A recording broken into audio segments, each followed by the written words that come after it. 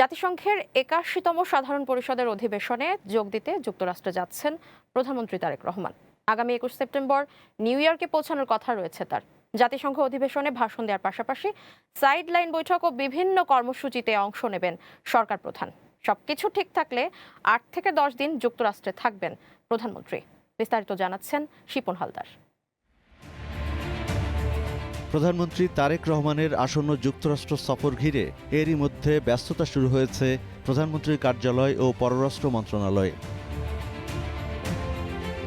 জাতিসংঘের ৮১তম সাধারণ পরিষদের অধিবেশনে যোগ দিতে আগামী ২১ সেপ্টেম্বর নিউ ইয়র্কে পৌঁছানোর কথা রয়েছে সরকার প্রধানের। সূত্র বলছে, অধিবেশনে ভাষণ দেওয়ার পাশাপাশি বিভিন্ন সাইড ইভেন্ট ও গুরুত্বপূর্ণ বৈঠকেও অংশ নিতে পারেন তিনি।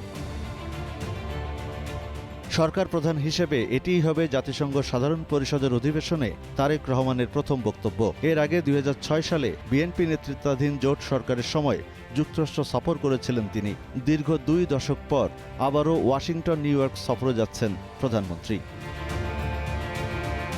তবে জাতিসংঘ অধিবেশনে যোগ দেওয়ার আগে আপাতত অন্য কোনো দেশ সফরের পরিকল্পনা নেই তার। সবকিছু ঠিক থাকলে সফরটি হতে পারে ৮ থেকে ১০ দিনের। এবারে জাতিসংঘ সাধারণ পরিষদের আরেকটি গুরুত্বপূর্ণ দিক হল, সাধারণ পরিষদের সভাপতি নির্বাচিত হয়েছেন বাংলাদেশের পররাষ্ট্রমন্ত্রী ডক্টর খলিলুর রহমান।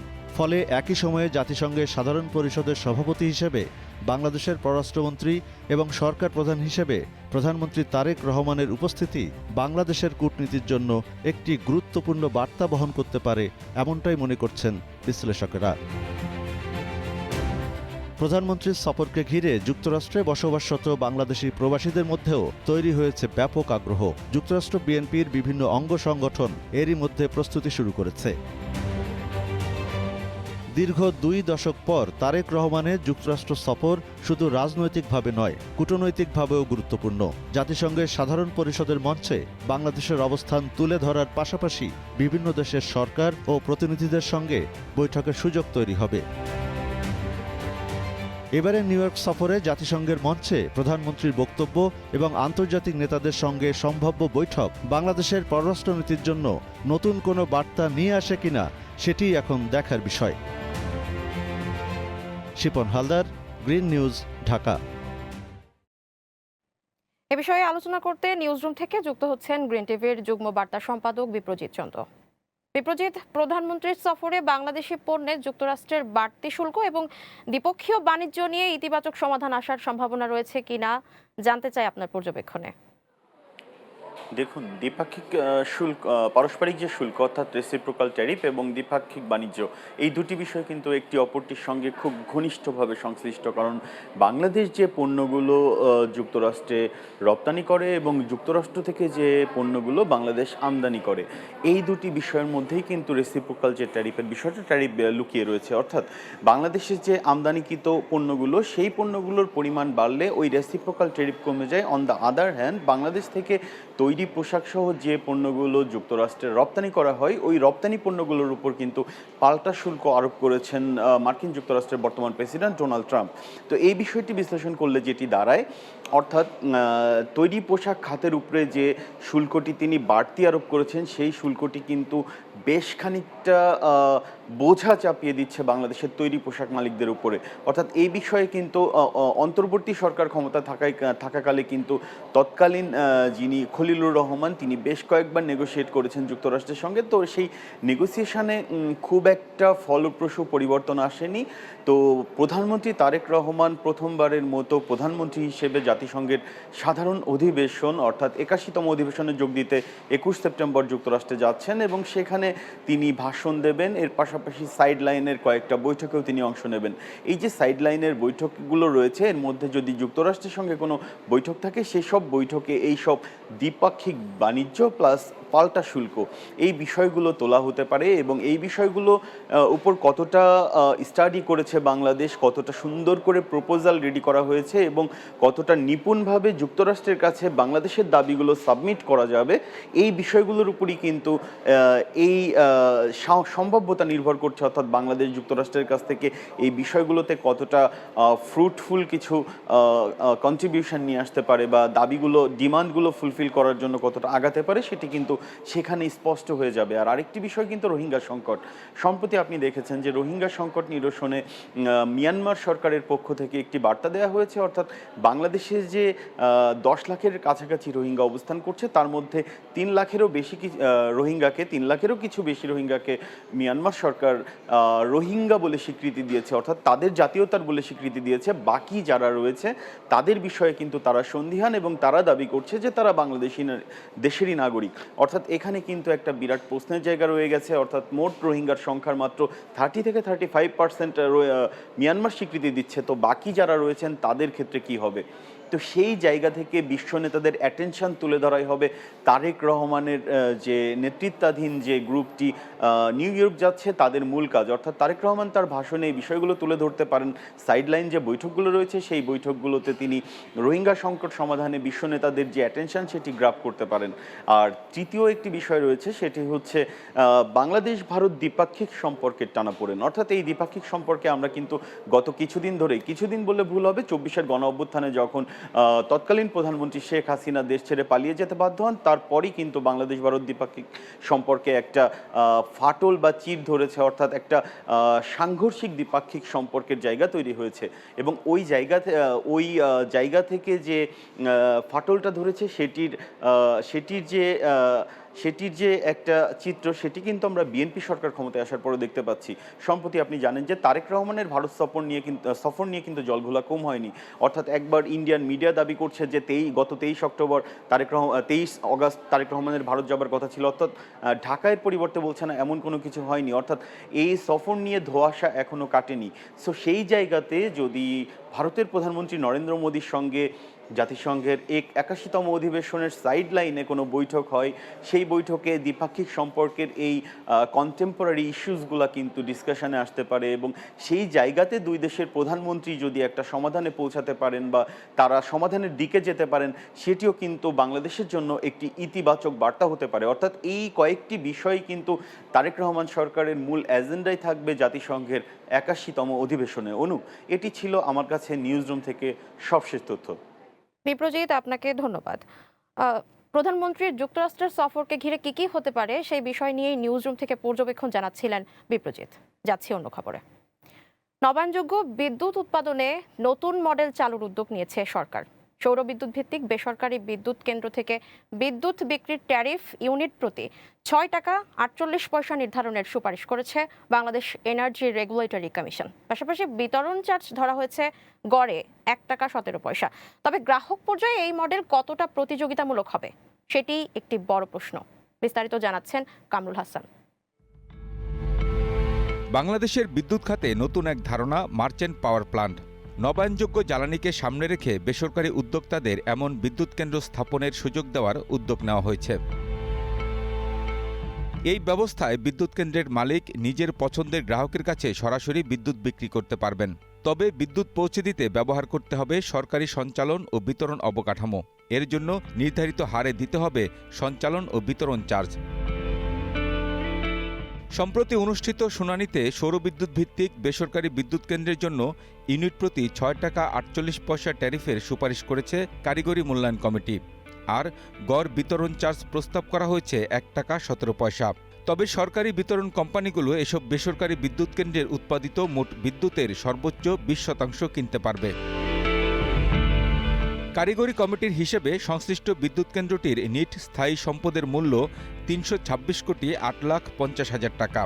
এর সঙ্গে নিয়ন্ত্রক কার্যকরী মূলধন 44 কোটি 72,40,000 টাকা যোগ করে মোট ভিত্তিমূল্য ধরা হয়েছে 370 কোটি 8,90,000 টাকা। এর উপর 8.96% হারে মুনাফা, জনবল, মেরামত, প্রশাসনিক ব্যয় ও অপচয়সহ মোট রাজস্ব চাহিদা দাঁড়িয়েছে প্রায় 59 কোটি 57 লাখ টাকা। অন্যান্য আয় বাদ দিয়ে নিট রাজস্ব দাঁড়িয়েছে 59 কোটি 47,40,000 টাকা।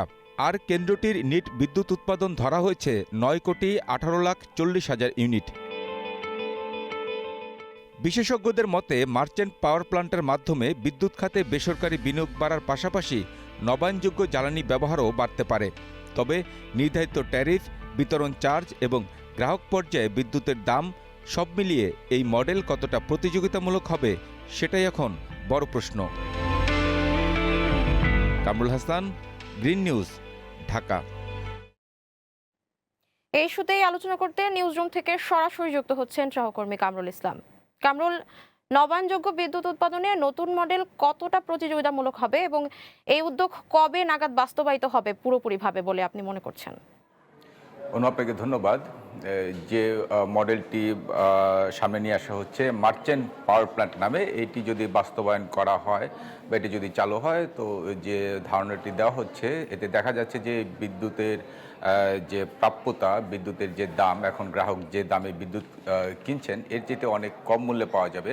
এর কারণটি হচ্ছে, কারণ এখন যেভাবে বিদ্যুৎ উৎপাদন করা হয় দেশে সরকারি পাওয়ার প্ল্যান্টগুলোতে, এটি গ্যাসের মাধ্যমে এবং জ্বালানি তেল, ডিজেল পুড়িয়ে বিদ্যুৎ উৎপাদন করা হয়। বেসরকারি যে প্ল্যান্টগুলো রয়েছে সেই প্ল্যান্টগুলোতেও এই ডিজেল পুড়িয়ে গ্যাসের মাধ্যমে বিদ্যুৎ উৎপাদন করা হয়, যার কারণে বিদ্যুতের যে উৎপাদন খরচ সেটি অনেক বেড়ে যায়।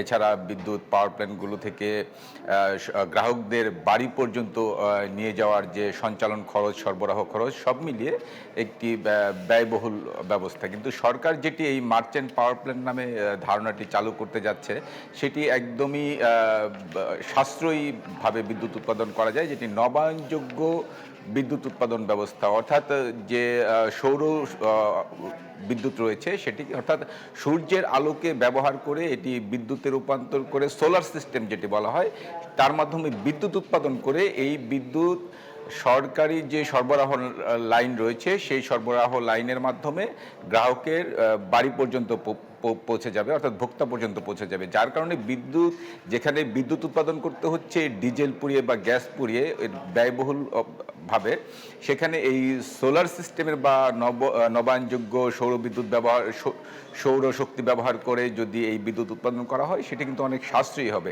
যার কারণে এটি যদি চালু করা হয় তবে অনেক কম দামে, বর্তমানের চেয়ে অনেক কম দামে গ্রাহকরা বিদ্যুৎ ক্রয় করতে পারবেন। আর আরেকটি সুবিধা হচ্ছে যে যারা বা যে কোম্পানি বিদ্যুৎ উৎপাদন করবেন তারা তাদের ইচ্ছা মতো বা তাদের সুবিধা মতো যারা গ্রাহক রয়েছে তাদের কাছে এই বিদ্যুৎ বিক্রি করতে পারবেন। তো যে মডেলটি দেওয়া হচ্ছে সরকারের পক্ষ থেকে, এটি যদি বাস্তবায়ন করা হয় দেখা যাবে যে এটি অনেক প্রতিযোগিতামূলক হবে এবং অনেক কম দামে ভোক্তা পর্যায়ে এই বিদ্যুতের সুবিধা ভোগ করতে পারবেন। কামরুল, আপনাকে ধন্যবাদ। নিউজরুম থেকে সহকর্মী কামরুল জানাচ্ছিলেন বিদ্যুৎ উৎপাদনে নতুন মডেল কেমন হতে পারে। যাচ্ছি পরের খবরে। ফেনীর সোনাগাজীর আলোচিত নুসরাত জাহান রাফি হত্যা মামলায় হাইকোর্টের রায় ঘোষণা চলছে। ডেথ রেফারেন্স ও আসামিদের আপিলের শুনানি শেষে রায়ের দিন নির্ধারণ করেন বিচারপতি ভীষ্মদেব চক্রবর্তী ও বিচারপতি KM রাশেদুজ্জামান রাজার হাইকোর্ট বেঞ্চ। 2019 সালের 24 অক্টোবর ফেনীর নারী ও শিশু নির্যাতন দমন ট্রাইব্যুনাল নুসরাত হত্যা মামলায় 16 আসামিকে মৃত্যুদণ্ড দেন। দণ্ডপ্রাপ্তদের মধ্যে আছেন মাদ্রাসার তৎকালীন অধ্যক্ষ সিরাজউদ্দৌলা, কার্যক্রম নিষিদ্ধ সংগঠন আওয়ামী লীগ নেতা রুহুল আমিন সহ বেশ কয়েকজন। রায় ঘিরে নুসরাতের সোনাগাজীর বাড়িতে নিরাপত্তা জোরদার করা হয়েছে।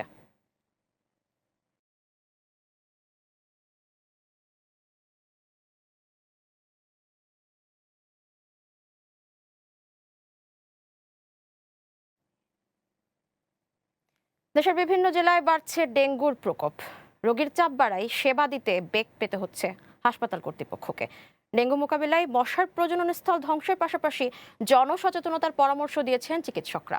প্রতিনিধিদের পাঠানো প্রতিবেদন জানাচ্ছেন জেরিন জামান। বরগুনায় জানুয়ারি থেকে এ পর্যন্ত ডেঙ্গু আক্রান্ত হয়েছেন 754 জন। চিকিৎসার পর হাসপাতাল থেকে সুস্থ হয়ে বাড়ি ফিরেছেন 701 জন। বাকিরা এখনও চিকিৎসাধীন। সবশেষ 24 ঘন্টায় বিভিন্ন হাসপাতালে ভর্তি হয়েছে 30 জন। পরীক্ষায় দেখছে যে তোমার ডেঙ্গু রোগ শুরুতে আইছে, এখন তোমার হাসপাতালে ভর্তি হতে চাঁদপুরে বাড়ছে ডেঙ্গুর প্রকোপ। এ পর্যন্ত চিকিৎসা নিয়েছেন 347 জন। হাসপাতালে বাড়ছে রোগীর আনাগোনা। নরসিংদী সদর এবং ১০০ শয্যা বিশিষ্ট জেলা হাসপাতালে ৫৩ জন ডেঙ্গু রোগী ভর্তি আছে। এর মধ্যে সবশেষ একদিনে ভর্তি হয়েছে ১৫ জন। সিভিল সার্জন কার্যালয় জানায়, জানুয়ারি থেকে এখন পর্যন্ত চিকিৎসা নিয়েছে ৫২২ জন ডেঙ্গু রোগী।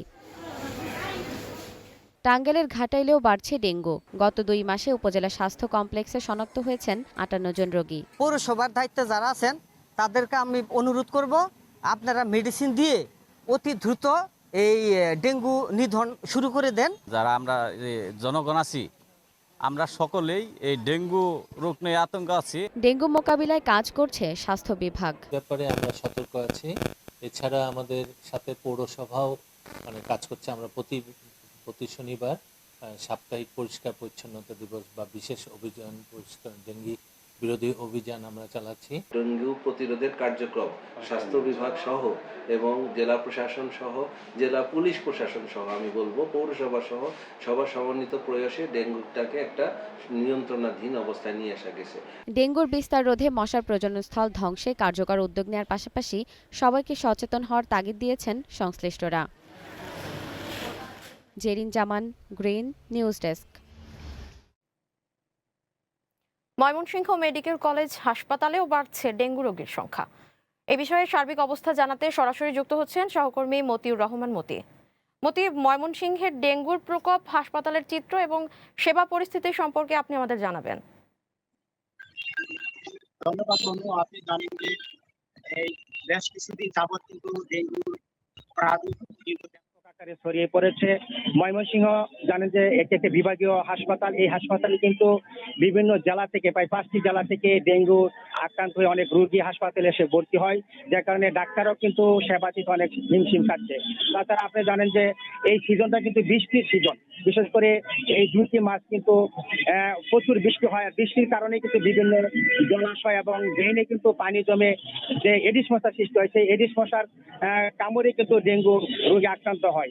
আর ইতিমধ্যে আমরা ময়মনসিংহ মেডিকেল কলেজ হাসপাতাল সহ বিভিন্ন হাসপাতাল আমরা যতটুকু জানতে পেরেছি যে ময়মনসিংহ মেডিকেল হাসপাতালে কিন্তু এই পর্যন্ত প্রায় 1000-এর মতো রোগী চিকিৎসা নিয়ে গিয়েছেন, তার মধ্যে 900 রোগী বের হয়ে গিয়েছেন। আর গত কালকে কিন্তু ডেঙ্গু রোগে আক্রান্ত হয়ে একজন মহিলা মারা গিয়েছেন। এই পর্যন্ত 7 জন কিন্তু ডেঙ্গু রোগে আক্রান্ত হয়ে মারা গিয়েছেন ময়মনসিংহ মেডিকেল হাসপাতালে। এই বিষয়ে আমি ময়মনসিংহ মেডিকেল কলেজ হাসপাতালে যে বিশেষজ্ঞ ডাক্তার রয়েছে তাদের সাথে পরামর্শ করেছি এবং তারা যতটুকু বলছে চিকিৎসার পক্ষ থেকে তারা কিন্তু সর্বোচ্চ চিকিৎসা দিয়ে যাচ্ছেন।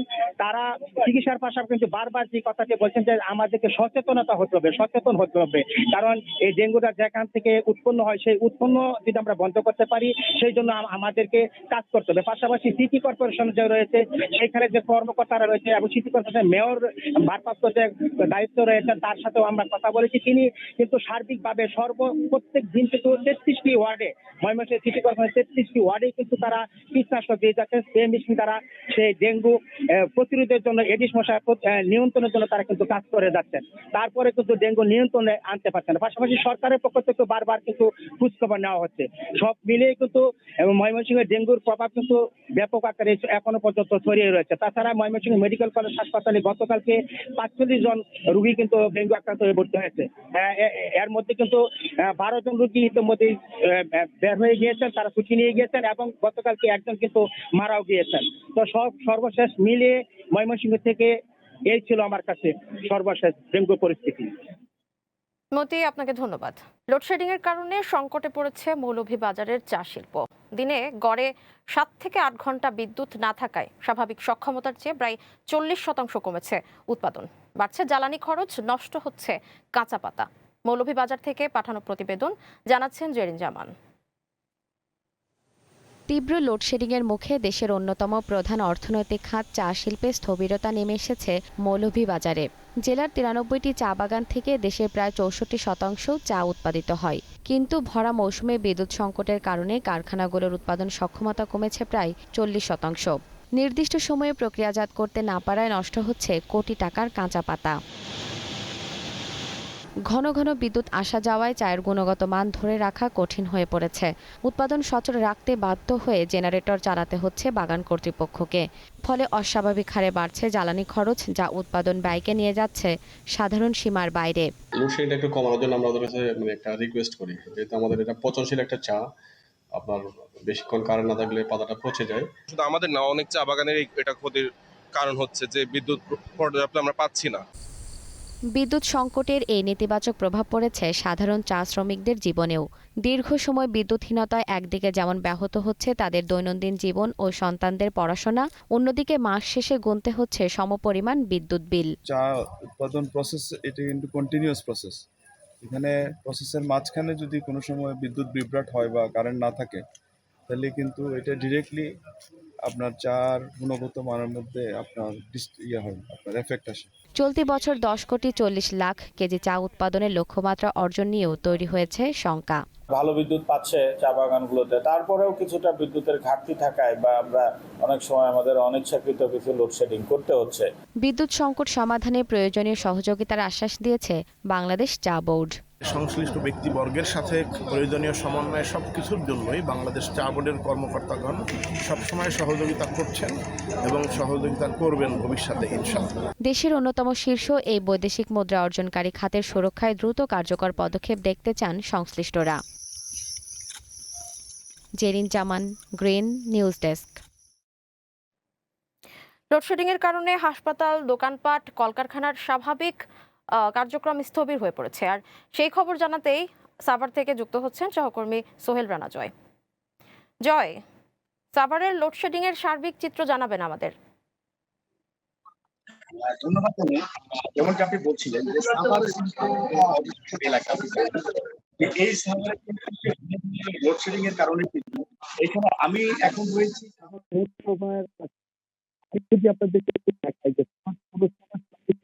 অনেক বিদ্যুৎ দোকানপাটে এসে তারা কিন্তু অলস সময় আমি একটা সাথে কথা বলছিলাম যে তারাও ভাড়া পরীক্ষা করার পরে যখন তারা হাতে একটু বিশ্রাম নেওয়ার জন্য বাসা যায়, তখন কিন্তু তাদের কারণ পরবর্তীতে কিন্তু তারা আবার তাদের কর্মস্থলে চলে যেতে হয়। তো আমি এখানে যতটুকু জানতে পেরেছি যে সকাল ঠিক 10টা থেকেও কিন্তু কারেন্ট থাকে না এবং 10টার পরে 2 ঘন্টার জন্য কারেন্ট আসলেও এরপরে আবারও কারেন্ট চলে যায়। এইভাবে কিন্তু সেবা গ্রহীতারা কিন্তু ঠিক মতো তাদের সেবা পাচ্ছে না এবং একটি সেবা নেওয়ার জন্য পৌরসভায় আসার পরে দেখা গেছে সারাদিনে অন্য কোনো কাজকর্ম কিন্তু করতে পারে না। আমি আরেকটি কথা এই ছিল আমার কাছে সাভার থেকে বিদ্যুতের সর্বশেষ পরিস্থিতি। ধন্যবাদ। জয়, আপনাকে ধন্যবাদ। যাচ্ছি পরের খবরে। ফরিদপুরে উদ্বেগজনক হারে বাড়ছে হাম সংক্রমণ। গত 24 ঘন্টায় নতুন করে হাম উপসর্গ নিয়ে 46 জন রোগী হাসপাতালে ভর্তি হয়েছেন। এ নিয়ে চলতি বছর 4897 জন রোগী হাম শনাক্ত হলো। বর্তমানে ফরিদপুর মেডিকেল কলেজ হাসপাতাল এবং জেনারেল হাসপাতালে চিকিৎসাধীন রয়েছেন 97 জন। চলতি বছর হাম ও উপসর্গে 21 জনের মৃত্যু হয়েছে। সংক্রমণ প্রতিরোধে স্বাস্থ্যবিধি মেনে চলার ওপর গুরুত্ব দিচ্ছেন সংশ্লিষ্টরা।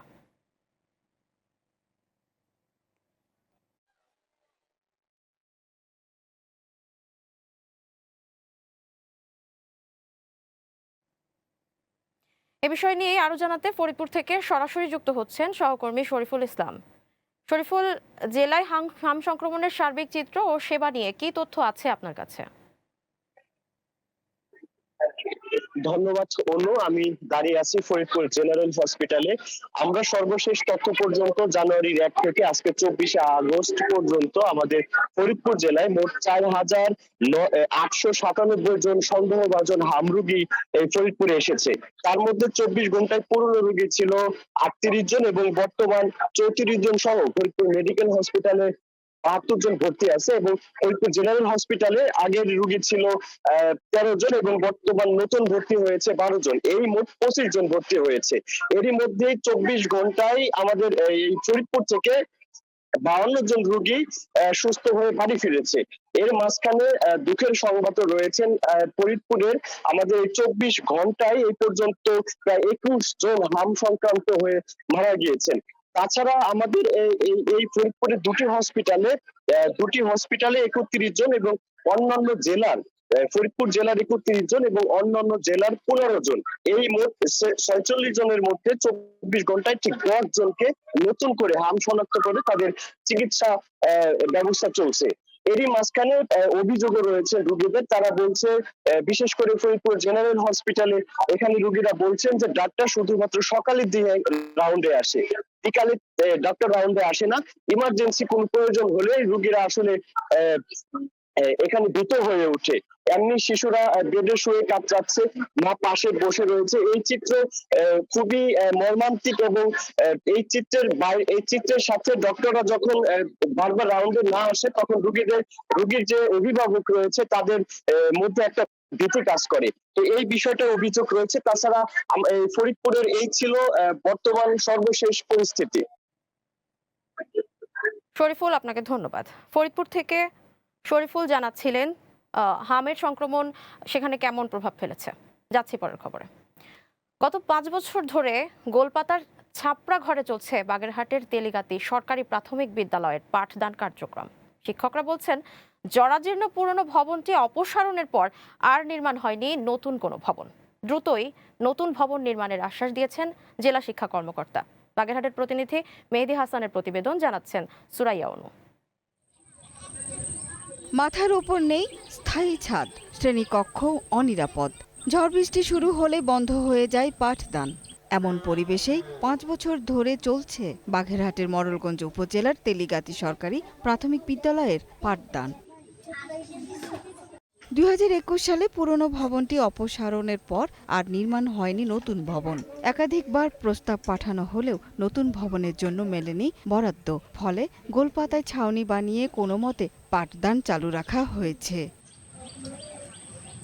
শিক্ষার্থীরা জানায় সামান্য বৃষ্টি হলেই ছাউনির ফাঁক গলে পানি পড়ে ভিজে যায় বই খাতা। ফ্যান না থাকায় গরমের সময়ও টেকাদায় হয়ে পড়ে। আমাদের বিদ্যালয়ে দেখেন চালের থেকে পানি পড়ে, আমাদের ক্লাস করতে অসুবিধা হয়। আমাদের ভাঙাচোরা গোল পাতার ছাউনি, রাস্তাঘাট খুবই খারাপ। আমাদের একটি ভবন দরকার। এ নিয়ে শিক্ষক ও অভিভাবকরাও হতাশ। আমাদের বিদ্যালয়ের জন্য আমরা ঊর্ধ্বতন কর্তৃপক্ষের কাছে বহুবার আবেদন করছি, কোনো সুফল এখন পর্যন্ত পাইনি। আমরা ঊর্ধ্বতন কর্তৃপক্ষের কাছে আকুল আবেদন ১৯০ নং স্কুলের কোমলমতি শিক্ষার্থীদের কথা চিন্তা করে হলেও এখানে একটা ভবন দ্রুত দেওয়ার ব্যবস্থা করবেন। এই জায়গায় আমরা একটা স্কুল ভবন চাই, যে ছাত্রছাত্রীও সুন্দরভাবে পড়াশোনা করুক, স্যাররাও থাকুক। মানসম্মত শিক্ষা নিশ্চিতে নতুন ভবন নির্মাণে ব্যবস্থা নেওয়ার আশ্বাস দিয়েছেন জেলা প্রাথমিক শিক্ষা কর্মকর্তা। তেলিগাতি প্রাইমারি স্কুল, যেটা মডেলগঞ্জ উপজেলায়, আমরা এই বিদ্যালয়ের নামের তালিকা, ঝুঁকিপূর্ণ নামের তালিকায় এই স্কুলের নাম আমরা অধিদপ্তরে পাঠিয়েছি। আশা করছি যে আমাদের অতি দ্রুত এই বিষয়ে একটি ব্যবস্থা ঊর্ধ্বতন কর্তৃপক্ষ নেবেন। ১৯৮৯ সালে প্রতিষ্ঠিত তেলিগাতি সরকারি প্রাথমিক বিদ্যালয়ে পড়াশোনা করছে শতাধিক শিক্ষার্থী। ভবনের পাশাপাশি তাদের পাঠদানে শিক্ষক সংকটও রয়েছে। সুরাইয়া অনু, গ্রিন নিউজ ডেস্ক। রংপুর জেলা স্কুলের অবসরপ্রাপ্ত শিক্ষক গণপতি চক্রবর্তী, তার স্ত্রী ও 2 সন্তানের শেষকৃত্য সম্পন্ন হয়েছে।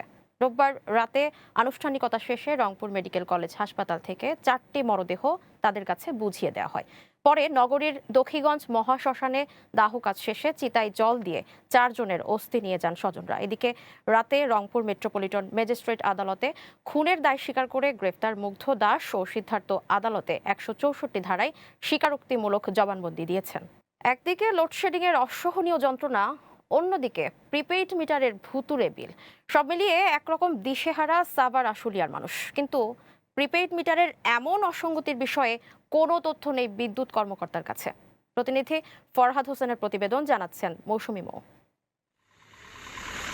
প্রিপেড মিটারে নিয়মিত করা হচ্ছে রিচার্জ, কিন্তু কয়েকদিন না যেতেই ব্যালেন্স শেষ। আবার বিদ্যুৎ ব্যবহারের পরিমাণের সঙ্গে মিটারে টাকা কাটার কোনো মিল নাই, এমন অভিযোগ সাভার আশুলিয়ার বেশ কয়েকজন গ্রাহকের। রাত দিন 24 ঘন্টার মধ্যে কারেন্ট থাকে না, মনে করেন 7 ঘন্টা 6 ঘন্টা, তো বিল তো সমানই আসতেছে, বরং বেশি আসতেছে। এই জিনিসটাও হতাশ। আগেকার যে মিটারগুলা ছিল সেগুলা অনেক ভালো ছিল, এখন যে মিটারগুলা হয়েছে আসলে সেগুলা মানে অতিরিক্ত টাকা ভরা লাগে, অতিরিক্ত বিল আসে, তো এগুলা আসলে আমাদের অনেক সমস্যা হচ্ছে। গ্রাহকদের অভিযোগ, বিদ্যুৎ ব্যবহারের পাশাপাশি বিভিন্ন ধরনের চার্জ ও কর্তনের কারণে দ্রুত কমে যাচ্ছে মিটারের ব্যালেন্স। উল্টা পাল্টা বিলে বেশি আর মানে এই মাসে কিছু না চালাইয়া যখন এত টাকা বিলে চালাইলে এই মাসে আইব কত। বিদ্যুৎ কর্মকর্তা বলেন, জানা মতে এমন কোনো তথ্য নেই যে কোথাও ভুতুরে বিল তৈরি হচ্ছে। আমরা তো রিডিং দেখে বিল করি, আপনার মিটারের রিডিং এর সাথে যদি অফিস থাকে আমি তদন্ত করে ব্যবস্থা নেব। মিটার আছে বাড়িতে, প্রত্যেকের মিটার আছে, আমি তো অনুমান করে বিল করার কোনো সুযোগ নাই। প্রিপেড মিটারের উদ্দেশ্য ছিল বিদ্যুৎ ব্যবহারের স্বচ্ছতা ও গ্রাহকের ভোগান্তি কমানো, কিন্তু এই মিটারই এখন গ্রাহকদের গলার কাটা। মৌসুমী মৌ, গ্রিন নিউজ ডেস্ক।